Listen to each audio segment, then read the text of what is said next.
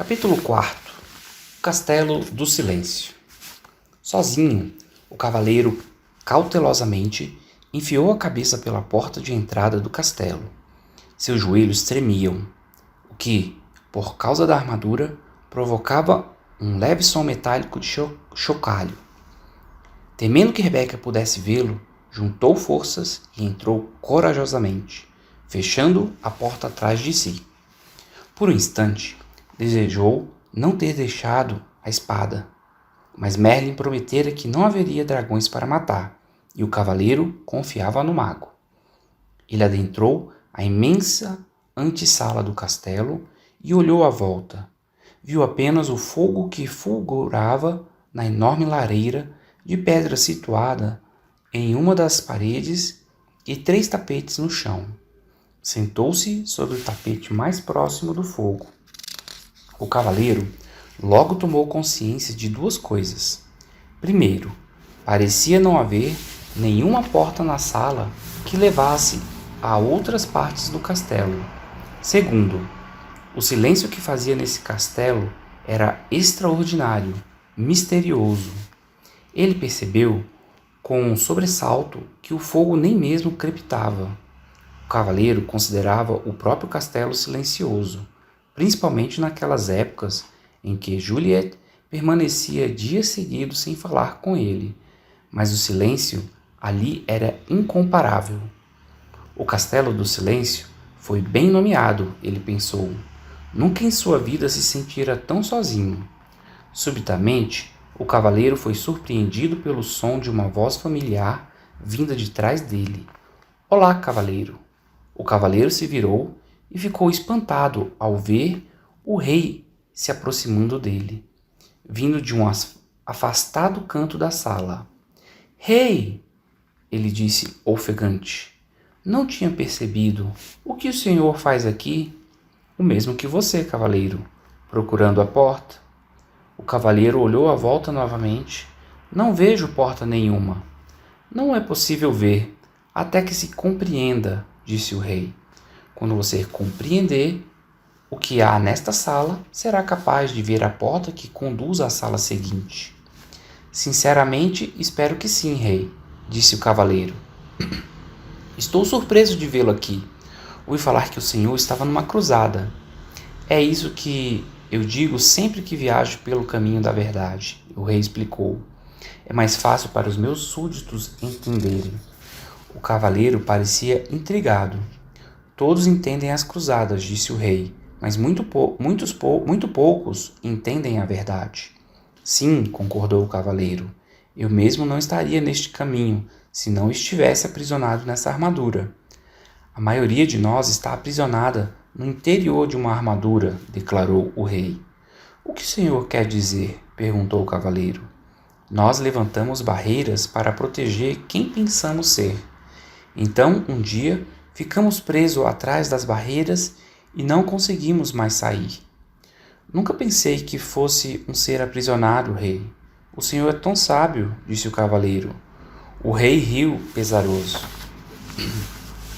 Tenho sabedoria suficiente para saber quando estou preso e retornar aqui para aprender mais sobre mim. O cavaleiro sentia-se imensamente encorajado, pensando que o rei talvez pudesse lhe mostrar o caminho. Diga, disse o cavaleiro, seu rosto se iluminando. Será que não podemos atravessar juntos o castelo? Assim não estaremos tão sozinhos. O rei balançou a cabeça, dizendo, certa vez tentei isso. É verdade que meus companheiros e eu não estávamos sozinhos, porque falávamos constantemente. Mas quando se fala, é impossível ver a porta para sair dessa sala. Talvez pudéssemos apenas andar juntos em silêncio, sugeriu o cavaleiro. Não lhe agradava pensar que teria de vagar sozinho pelo castelo do silêncio.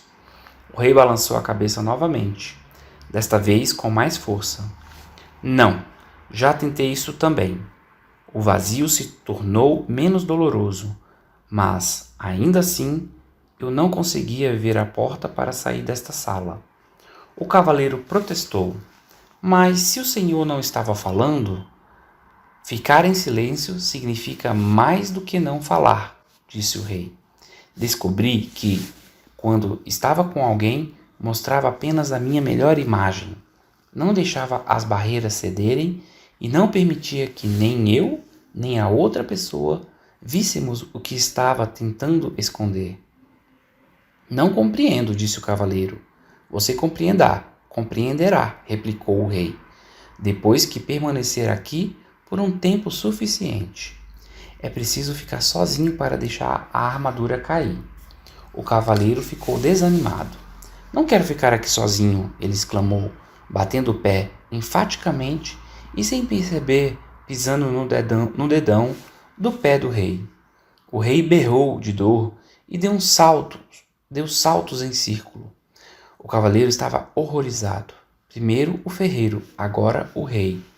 Perdão, senhor, disse o cavaleiro, desculpando-se. O rei esfregou o dedão delicadamente. Tudo bem, essa armadura dói mais em você do que em mim. Então, aprumando-se, olhou compreensivamente para o cavaleiro. Entendo que você não queira ficar neste castelo sozinho. Eu também não queria, quando comecei a vir aqui. Mas agora compreendo que o que se tem para fazer aqui deve ser feito sozinho. Dito isto, ele saiu mancando pelo quarto e acrescentou: Preciso seguir meu caminho agora. Perplexo, o cavaleiro perguntou: Aonde o senhor vai? A porta fica aqui. Essa porta é apenas uma entrada. A porta para a sala seguinte fica na parede afastada. Assim que você entrou, eu finalmente consegui vê-la, disse o rei.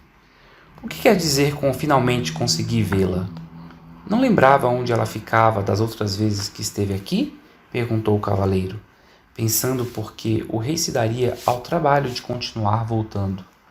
A viagem pelo caminho da verdade nunca termina. Cada vez que volto aqui, encontro novas portas, enquanto minha compreensão se expande. O rei acenou. Seja bom consigo, meu amigo. Espere, por favor, gritou o cavaleiro.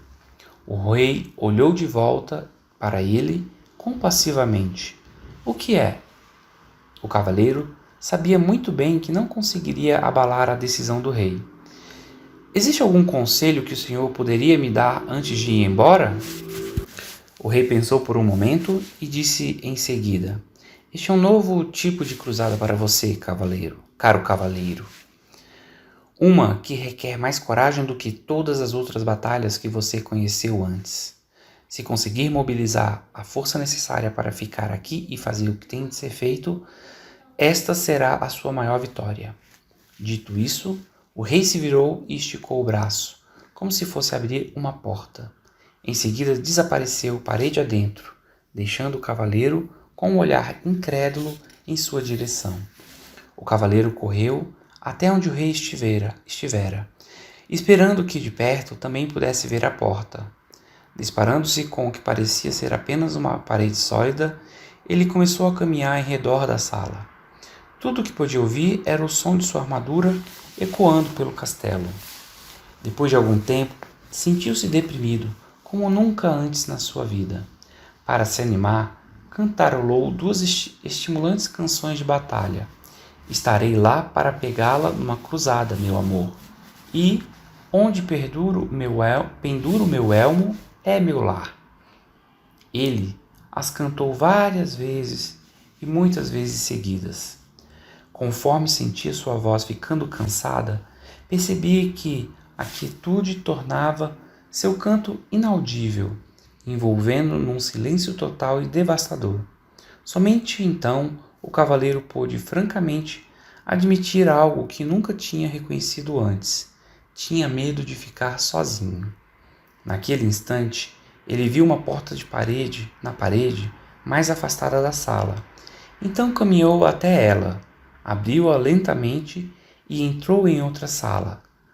O aposento seguinte parecia-se muito com o anterior, exceto por ser um tanto menor, e também era destituído de qualquer sonoridade. Para passar o tempo, o cavaleiro começou a falar alto consigo mesmo. Ele dizia qualquer coisa que passasse pela sua cabeça. Falou sobre como era quando criança e sobre como era diferente dos outros meninos que conhecia. Enquanto esses caçoavam codornizes e brincavam de pregar a cauda no javali, ele ficava lendo dentro de casa. Como os livros eram escritos à mão pelos monges, não havia muitos deles, e ele logo os tinha lido todos. Foi então que começou a falar impulsivamente com qualquer pessoa que encontrava pela frente. Quando não havia ninguém para conversar, conversava consigo mesmo, exatamente como estava fazendo neste momento. Inesperadamente, pegou-se dizendo que tinha falado tanto a vida inteira para evitar se sentir sozinho. O cavaleiro refletiu intensamente sobre isso até que o som da sua própria voz quebrou o silêncio desalentador. Acho que sempre tive medo de ficar sozinho. Quando disse essas palavras, uma outra porta apareceu. O cavaleiro a abriu e entrou na sala seguinte. Era menor do que a anterior. Ele sentou no chão e começou a pensar. Logo, irrompeu em sua mente que durante toda sua vida perdera tempo falando sobre o que tinha feito e o que iria fazer. Nunca desfrutara o que estava realmente acontecendo. E assim uma outra porta apareceu. Ela conduzia a uma sala ainda menor do que as outras. Incentivado pelo progresso, o cavaleiro fez algo que nunca havia feito antes. Sentou-se tranquilo e ouviu o silêncio. Ocorreu-lhe que na maior parte da sua vida nunca tinha realmente ouvido alguém ou alguma coisa. O sussurro do vento, o tamborilhar da chuva e o som da água nos córregos com certeza sempre estiveram presentes, mas ele nunca os ouvira de verdade. Também não ouvira Juliet quando ela tentava lhe dizer como se sentia, especialmente quando ela estava triste. Isso lembrava ao cavaleiro que ele estava triste também.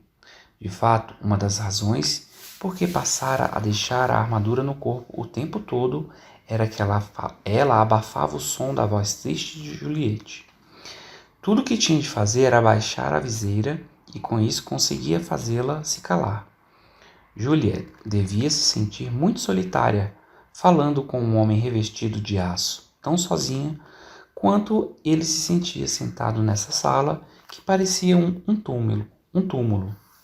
Sua dor e sua solidão emergiram. Logo sentiu também a dor e a solidão de Juliet. Anos a fio, ele a forçara a viver em um castelo de silêncio. Começou a chorar. O cavaleiro chorou durante tanto tempo que as lágrimas transbordaram dos orifícios de sua viseira e encharcaram o tapete onde ele se sentara. As lágrimas fluíram até a lareira e extinguiram o fogo. De fato, a sala inteira estava começando a inundar e, se naquele momento uma outra porta não tivesse surgido na parede, o cavaleiro poderia ter se afogado. Embora estivesse exausto por causa do dilúvio, ele forçou o caminho até a porta, abriu-a e entrou em uma sala que não era muito maior do que o estábulo onde uma vez abrigara seu cavalo. Por que será que essas salas vão se tornando cada vez menores? Ele se perguntou em voz alta.